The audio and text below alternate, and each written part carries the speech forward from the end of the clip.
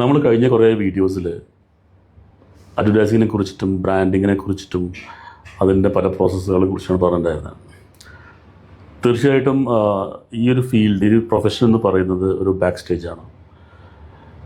And we are making kings. അപ്പോൾ അങ്ങനെ വരുമ്പോൾ ഇപ്പോൾ ലാസ്റ്റ് നടന്ന ഇലക്ഷന് പോലും, അല്ലെങ്കിൽ ഇന്ത്യയിൽ നടക്കുന്ന ഇലക്ഷൻസ് എല്ലാം അതിൻ്റെ ടാഗ് ലൈൻ തൊട്ടിട്ട് അല്ലെങ്കിൽ എങ്ങനെയൊക്കെ അതിൻ്റെ സ്ട്രാറ്റജി വരെ ഇന്ന് നിശ്ചയിക്കുന്നത് അഡ്വർടൈസിങ് ഏജൻസീസ്, ബ്രാൻഡിങ് ഏജൻസീസാണ്. അപ്പോൾ അത് എത്രത്തോളം, അതുകൊണ്ട് തന്നെ ഇന്നത്തെ സമൂഹത്തിൽ എത്രത്തോളം ഇത്തരം മേഖലയ്ക്ക് പ്രാധാന്യമുണ്ട് എന്നുള്ളത് നമുക്ക് ഊഹിക്കാവുന്നതേ ഉള്ളൂ.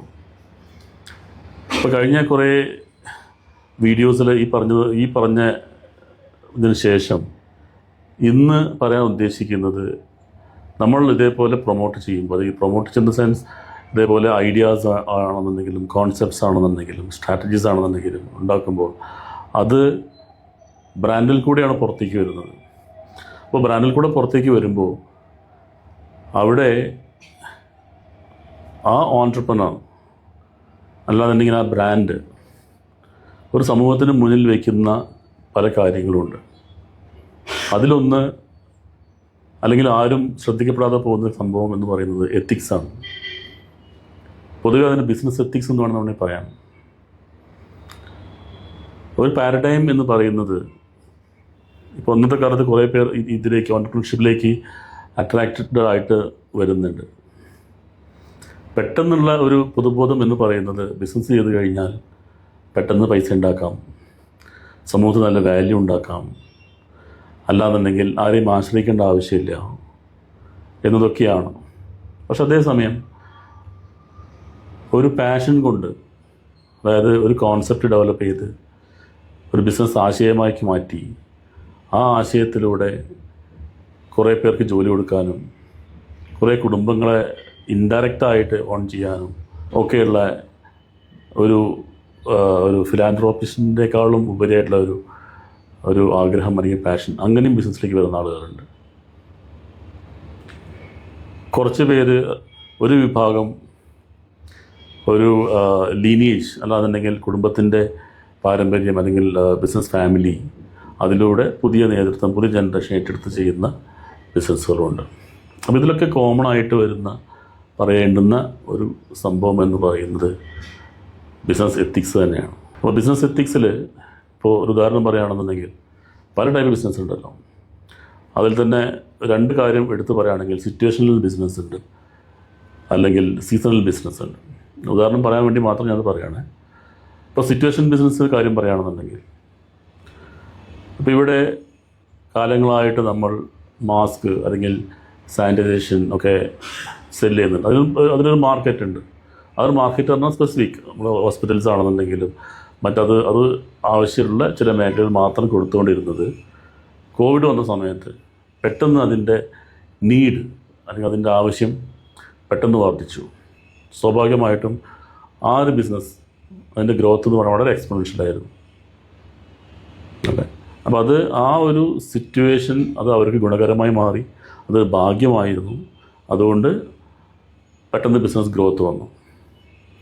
പിന്നെയുള്ളത് സീസണൽ ബിസിനസ്സാണ്. ലൈക്ക് ഇപ്പോൾ ഓണം, ഈദ്, ക്രിസ്മസ് പോലെയുള്ള സീസൺസ്. ആ സീസൺസിൽ സ്വാഭാവികമായിട്ടും അവിടെ ആളുകൾ കൂടുതൽ പർച്ചേസ് ചെയ്യും. അപ്പോൾ ആ പർച്ചേസിങ് പവറിനെ, അല്ലെങ്കിൽ ആളുകളുടെ പർച്ചേസിങ് ആഗ്രഹത്തെ ഫുൾഫിൽ ചെയ്യാൻ വേണ്ടിയിട്ട് ഒരു മാർക്കറ്റിൽ എല്ലാവരും വാങ്ങിക്കുന്ന ഒരു പെർട്ടിക്കുലർ പീരീഡാണ്. അപ്പോൾ ആ പീരീഡിൽ നല്ല വസ്ത്രങ്ങൾ അല്ലാന്നുണ്ടെങ്കിൽ നല്ല പ്രോഡക്റ്റ്സ് കൊണ്ടുവയ്ക്കുമ്പോൾ താരതമ്യം കമ്പയർ ചെയ്തിട്ട് ചില സ്ഥലത്ത് നല്ല സെയിൽ, ചില സ്ഥലത്ത് കമ്പാരിറ്റീവ്ലി കൂടുതൽ സെല്ല് ചെയ്യും. അത് സീസണൽ ബിസിനസ്സാണ്. പക്ഷെ അവിടെ തന്നെ പ്രോഡക്റ്റിന് 200, 300, 500 വരെ പെർസെൻറ്റേജ് കൂട്ടി വിൽക്കുന്ന ആളുകളുമുണ്ട് അല്ലേ. അത്യാഗ്രഹം കൊണ്ട്. കാരണം എന്ന് വെച്ചാൽ ഒരു ചെറിയ പീരീഡ് മാത്രമേ ഉള്ളൂ. ആ പീരീഡിനുള്ള ആളുകൾ വേറെ ഓപ്ഷൻ നോക്കുന്നില്ല. എവിടെയാണോ ചെല്ലുന്നത് അവിടെ തന്നെ പെട്ടെന്ന് വാങ്ങി, ഇപ്പോൾ പോയി കഴിഞ്ഞാൽ അത് കിട്ടുമെന്ന സംശയം. അതുകൊണ്ട് ആ ഒരു സ്കേസിറ്റി, ഒരു ക്രിയേറ്റ് ചെയ്ത സ്കേസിറ്റിയെ ചൂഷണം ചെയ്യുന്ന ആളുകളുണ്ട്. അപ്പോൾ അങ്ങനെ പൊതുവേ ഇതിനെപ്പറ്റി പറയുകയാണെന്നുണ്ടെങ്കിൽ ഇതൊക്കെയാണ് ഇത് നമ്മൾ സ്റ്റഡി ചെയ്യുമ്പോൾ നമുക്ക് ആ ഒരു ഓൻ്റർപ്രണറുടെ അല്ലെങ്കിൽ ഇന്നത്തെ ഒരു ഓൻ്റർപ്രണർ കൾച്ചറിനെ കുറിച്ച് നമുക്ക് ഏകദേശം ധാരണ കിട്ടും. അതൊന്ന് വരുന്ന സംഭവം എന്താണെന്ന് വെച്ച് കഴിഞ്ഞാൽ ഒന്ന് ഫാസ്റ്റ് സ്കെയിലിംഗ് ആണ്. എല്ലാവർക്കും തോന്നുന്നതാണ് പെട്ടെന്ന് ബിസിനസ് ചെയ്ത് കഴിഞ്ഞാൽ പെട്ടെന്ന് പൈസ ഉണ്ടാക്കാം എന്നുള്ള ഒരു തോന്നൽ അങ്ങനെ ഇതിലേക്ക് വരുന്നുണ്ട്. രണ്ടാമത് വരുന്നത് ലക്ഷറി സിംബോളിസം എന്ന് വെച്ച് കഴിഞ്ഞാൽ ബിസിനസ് തുടങ്ങിക്കഴിഞ്ഞാൽ ഉടനെ ഒരു നല്ല കാർ വാങ്ങിക്കുക, ലക്ഷറി കാർ വാങ്ങിക്കുക, ലക്ഷറി ഒരു ആംബിയൻസ് ക്രിയേറ്റ് ചെയ്യുക, അല്ലാന്നുണ്ടെങ്കിൽ ലൈക്ക് BMW വാങ്ങിക്കുക, അല്ലാന്നുണ്ടെങ്കിൽ മേർക്ക് അല്ലെങ്കിൽ അങ്ങനെ പോകുന്നു, ലാൻഡ് റോവർ അങ്ങനെ പോകുന്നു. ഇത് കണ്ടു കഴിഞ്ഞാൽ ആളുകൾ പറയും ഓ അവൻ ബിസിനസ് ചെയ്തിട്ട് പെട്ടെന്ന് പൈസ ഉണ്ടാക്കി എന്ന് പറയാൻ ലക്ഷറി. പിന്നെ ഇൻട്രസ്റ്റിംഗ് ആയ വേറൊരു കാര്യമാണ് വൈറൽ വിസിബിലിറ്റി. കാര്യം അവർ പെട്ടെന്ന് വേറൊരു കൾട്ടിലേക്ക് മാറുന്നു, അവർ നെറ്റ്വർക്ക് മാറുന്നു. അപ്പോൾ അത് ഇന്നത്തെ സോഷ്യൽ മീഡിയ കാലത്ത് അവർക്കായിട്ട് സെറ്റ് ചെയ്ത ആളുകളുണ്ടാവും. എന്ന് വെച്ച് കഴിഞ്ഞാൽ അവർ പോകുന്ന ഫങ്ഷൻ,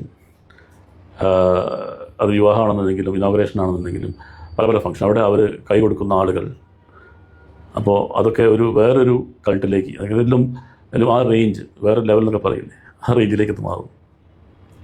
അതാണ് വൈറൽ വിസിബിലിറ്റി. അപ്പോൾ അത് മാക്സിമം ഫ്രീക്വൻ്റ് ആയിട്ട് സോഷ്യൽ മീഡിയയിൽ കൂടെ ജനങ്ങളിലേക്ക് അല്ലെങ്കിൽ പബ്ലിക്കിലേക്ക് വിടുമ്പോൾ അത് ആ ബ്രാൻഡിന് കുറച്ച് പേഴ്സണൽ ബ്രാൻഡിങ് അവിടെ വരികയാണ്. ബ്രാൻഡിന് മേലെ ഒരു പേഴ്സണൽ ബ്രാൻഡിങ് കൂടെ വരികയാണ്. ടു ആൻ എക്സ്റ്റെൻറ്റ് അത് ആവശ്യമാണ്, പക്ഷേ ഓവറാവാൻ പാടില്ല. ഓവറാവുന്നത് എങ്ങനെയാണെന്ന് വെച്ച് കഴിഞ്ഞാൽ മോട്ടിവേഷണൽ തിയററ്റിക്സ് ഉണ്ട്. മോട്ടിവേഷൻ തിയററ്റിക്സ് പറയുകയാണെന്നുണ്ടെങ്കിൽ ഈ ടൈപ്പ് ആളുകൾ ഇന്നത്തെ കാലത്ത് നാട്ടിൽ കണ്ടമാനം മോട്ടിവേഷണൽ പ്രോഗ്രാംസും കാര്യങ്ങളും ആണല്ലോ. ഈ മോട്ടിവേഷൻ സ്പീക്കേഴ്സ് മിക്കവാറും അവർക്കൊരു വർക്ക് എക്സ്പീരിയൻസോ അല്ലാന്നുണ്ടെങ്കിൽ ഒരു ക്രൈസിസ് മാനേജ്മെൻറ്റ്സ് ഒന്നും അവർ നേരിട്ട് ജോലി ചെയ്ത് ഉണ്ടെന്ന് എനിക്ക് തോന്നുന്നില്ല. വളരെ അപൂർവമായിട്ടുള്ള ആൾക്കാർക്ക് മാത്രമേ അങ്ങനെ ഉണ്ടാവുള്ളൂ. മറ്റെല്ലാം ടെക്സ്റ്റ് ബുക്കിൽ നിന്ന് നമ്മൾ അങ്ങനെ ചെയ്യാം ഇത് ചെയ്യാം എന്നുള്ള രീതിയിലേക്കുള്ള ഒരു ഭാഷൻ, ഒരു ഗ്യാൻ മാത്രമായിട്ട് തോന്നിയിട്ടുള്ളൂ. അപ്പോൾ അത്തരം സ്റ്റേജുകളിൽ ഇതേപോലെയുള്ള ഓൺട്രപ്രനേഴ്സ് വന്നിട്ട് മോട്ടിവേഷൻ തിയററ്റിക്സ് എന്ന് പറയുന്നത് വെച്ചാൽ ഇതേപോലെ അവർ വളർന്നു വന്ന വഴികൾ, അല്ലാന്നുണ്ടെങ്കിൽ എങ്ങനെയൊക്കെ മോട്ടിവേറ്റ് ചെയ്യാം, അവരുടെ കഷ്ടതകൾ, അവരുടെ ദുരിതങ്ങൾ, അല്ലെങ്കിൽ അവർ ഹാർഡ് വർക്ക് ചെയ്തത്. ചിലപ്പോൾ ഒരുപക്ഷെ ഇൻ റിയാലിറ്റി ചിലപ്പോൾ അവർ സ്റ്റാഫിന് ശരിക്കും ശമ്പളം കൊടുക്കലുണ്ടാവില്ല, അല്ലാന്നുണ്ടെങ്കിൽ ചിലപ്പോൾ സ്റ്റാഫായിട്ട് ഇതുണ്ടാവും, സപ്ലൈസായിട്ട് പ്രശ്നങ്ങളുണ്ടാവും, അല്ലെങ്കിൽ ഇതൊക്കെ ഉണ്ടാവും, അല്ലെങ്കിൽ വളരെ റാഷായിട്ട് ബിഹേവിയർ ഉണ്ടാവും. പക്ഷെ ഇതൊക്കെ ഒരു ഇനീഷ്യൽ അല്ലാന്നുണ്ടെങ്കിൽ ആ ഗ്രോയിങ് സീലൊക്കെ ഉണ്ടാവും. പക്ഷേ ഈ സ്റ്റേജിൽ ഓഡിയൻസിൻ്റെ മുമ്പിൽ വളരെ ഇതേപോലെയല്ല ഒരു ഇമേജ്, കാരണം അപ്പോൾ ഒരു ഇമേജ് ബിൽഡിംഗ് ആണ് കൂടെ വരുന്നത്.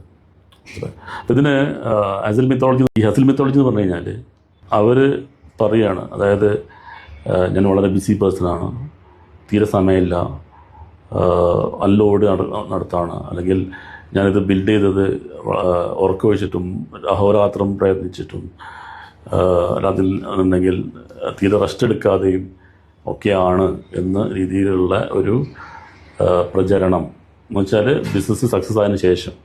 അപ്പോൾ ബിസിനസ് സക്സസ് ആവണമെങ്കിൽ നിങ്ങളും റെസ്റ്റ്ലെസ് ആവണം, നിങ്ങളും ഫുൾ ഉറക്കൊഴിക്കണം, നിങ്ങളും പിന്നെ എന്താ പറയുക തീരെ സമയമില്ലാത്ത രീതിയിൽ അങ്ങനെ ചെയ്യണം എന്നുള്ള ഒരു പ്രചരണം ഇത് ചെയ്യുന്നു.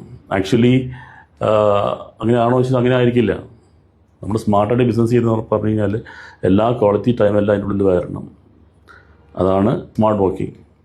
അവരങ്ങനെ തന്നെ ആയിരിക്കും. പക്ഷേ നമ്മളത് വളരെ ചുരുക്കം ആളുകൾ മാത്രമേ സമ്മതിച്ചു തരുള്ളൂ. കാരണം ഇതൊരു വെർത്ത് ആൻഡ് വെൽത്ത് എന്ന് പറയുന്നത്, differentiating between Worth and wealth എന്ന് പറയുകയാണെന്നുണ്ടെങ്കിൽ നിങ്ങൾ ബിസിനസ് ചെയ്യുമ്പോൾ നിങ്ങൾ വെൽത്താണോ ക്രിയേറ്റ് ചെയ്യുന്നത്, വെർത്താണോ ക്രിയേറ്റ് ചെയ്യുന്നത് എന്നുള്ള ഒരു ചോദ്യമാണ്. വെർത്താണെന്നുണ്ടെങ്കിൽ അത് ലോങ് ലാസ്റ്റിംഗ് ആണ്, അതൊരു ലോങ് ടേം വാല്യൂ ക്രിയേഷനാണ് നമ്മൾ വെർത്ത് എന്ന് പറയുന്നത്. അത് ഒരു വിശദമായ ആൾക്കാർക്ക് മാത്രമേ പറ്റുള്ളൂ. മറ്റൊന്ന് പറയുകയാണെന്നുണ്ടെങ്കിൽ വെൽത്ത് ക്രിയേറ്റ് ചെയ്യുകയാണെന്നുണ്ടെങ്കിൽ ആ വെൽത്തിനോടുള്ളൊരു ക്രേവ് അല്ലെങ്കിൽ അതിനോടുള്ള ഒരു എന്താ പറയുക ആർത്തി അല്ലെങ്കിൽ അത്യാർത്തി എന്നൊക്കെ പറയുക, അത് പല റോങ് ആയിട്ടുള്ള മെത്തേഡ്സിലേക്ക് പോകും. ഈവൻ ഫിലാന്ത്രോപ്പിസ്റ്റ് ആയിട്ട് ആൾ വരുന്നുണ്ട്. എന്ന് വെച്ചാൽ ആ ബിസിനസ് ഇമേജ് കീപ്പ് ചെയ്യാൻ വേണ്ടിയിട്ട് ഫിലാന്ത്രോപ്പിസ്റ്റായിട്ട് വരുന്നു. അവർ ഇന്നത്തെ പറഞ്ഞ പോലെ ഒരു വൈറൽ വിസിബിലിറ്റി കൊണ്ടുവരുന്നു. അവർ വരുന്നത് തന്നെ ഈ ലക്ഷറി കാർസ് എടുക്കാനൊക്കെ വരുന്നു. പക്ഷേ ഒരു സൈഡിൽ അതിൻ്റെ ബെനിഫിഷ്യറീസ് ഉണ്ടാകുമ്പോൾ തന്നെ ഒരു സമൂഹത്തെ അല്ലെങ്കിൽ ഓൺടർപ്രണർഷിപ്പിനെ നമ്മൾ ഇത് ചെയ്യുമ്പോൾ നമ്മൾ അവരുടെ മൈൻഡിനെ നമ്മൾ ഇത് ചെയ്യുന്നത് അഡ്രസ്സ് ചെയ്യുമ്പോൾ ഈ പറയുന്ന ഒബ്ജക്റ്റീവ്സ് എത്രത്തോളം അവർക്ക്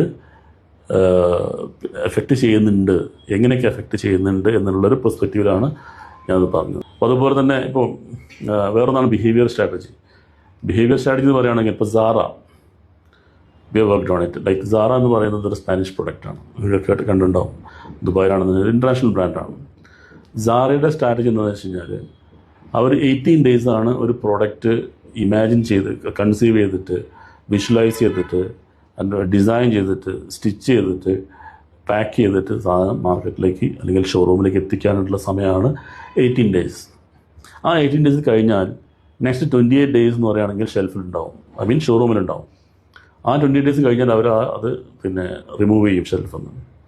ഇത് ഒരു അവയർനെസ് ക്യാമ്പയിൻ വഴി ജനങ്ങളിലേക്ക് എത്തിക്കുമ്പോൾ ബ്രാൻഡ് ഓറിയൻറ്റഡ് ആയിട്ടുള്ള ആളുകൾ അല്ലെങ്കിൽ ബ്രാൻഡ് അവയർനെസ് ഉള്ള ആളുകൾ അല്ലെങ്കിൽ ബ്രാൻഡിൽ ഇഷ്ടപ്പെടുന്ന ആളുകൾ എന്ത് ചെയ്യും, ഇതിൻ്റെ യുണീക്നെസ് കണ്ടിട്ട് പ്രോഡക്റ്റ് വരുമ്പോൾ തന്നെ അതിന് തിരക്കുണ്ടാവും. ഈ 28 ഡേയ്സ് മാത്രമേ ഉള്ളൂ, അത് കഴിഞ്ഞാൽ എനിക്ക് ആ ബ്രാൻഡ് കിട്ടില്ല അല്ലെങ്കിൽ ആ ഒരു പെർട്ടിക്കുലർ സ്റ്റൈൽ അല്ലെങ്കിൽ പെർട്ടിക്കുലർ മോഡൽ കിട്ടില്ല എന്നുള്ള ഒരു അവബോധം അവർക്കുണ്ടാകുമ്പോൾ അവരെന്ത് ചെയ്യും, they will rush to the showroom to get it. അപ്പോൾ അങ്ങനെ വരുമ്പോൾ എന്താണെന്ന് വെച്ചാൽ അതിനെ ടാൻഡലൈസിങ് എക്സ്ക്ലൂസിവിറ്റി എന്ന് പറയും. എന്ന് വെച്ചാൽ നമ്മുടെ ഒരു പിന്നെ എന്താ പറയുക ആഗ്രഹത്തെ അല്ലെങ്കിൽ ഒരു ആകർഷിച്ചിട്ട് കൊതിപ്പിച്ചിട്ട് സാധനം എടുപ്പിക്കുക. If you don't take it now, take it, you either take it or you don't പറയില്ല. അപ്പോൾ അതേപോലെയാണ് ഇപ്പോൾ ഈവൺ ആപ്പിൾ ലോഞ്ച് ചെയ്യുമ്പോൾ കുറേ മുൻകൂട്ടി പറയുക ഇന്ന 2 മാസം കഴിഞ്ഞിട്ട് നവംബർ 14 അല്ലെങ്കിൽ നവംബർ 20 ലോഞ്ച് ചെയ്യുകയാണ് എന്ന് പറയുമ്പോൾ അതിന് മുമ്പ് ഒരു ഹൈപ്പ് ക്രിയേറ്റ് ചെയ്യും. ആ ഹൈപ്പ് ക്രിയേറ്റ് ചെയ്തിട്ട് ആ സമയമാകുമ്പോഴേക്കും ആളുകൾ ഇടിച്ച് കയറി തലേന്നൊക്കെ വെയിറ്റ് ചെയ്ത് ക്യൂ നിന്ന് ആ സാധനം വാങ്ങിക്കും.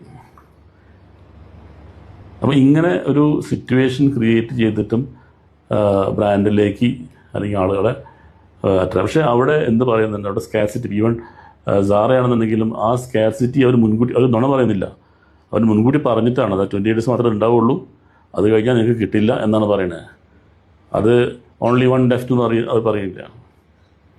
അവിടെ 500 ബാക്കി ഉണ്ടാകുമ്പോഴും അവർ ഓൺലി 1 ലെഫ്റ്റ് എന്ന് പറഞ്ഞിട്ട് ആളുകളെ അട്രാക്റ്റ് ചെയ്യുന്നില്ല.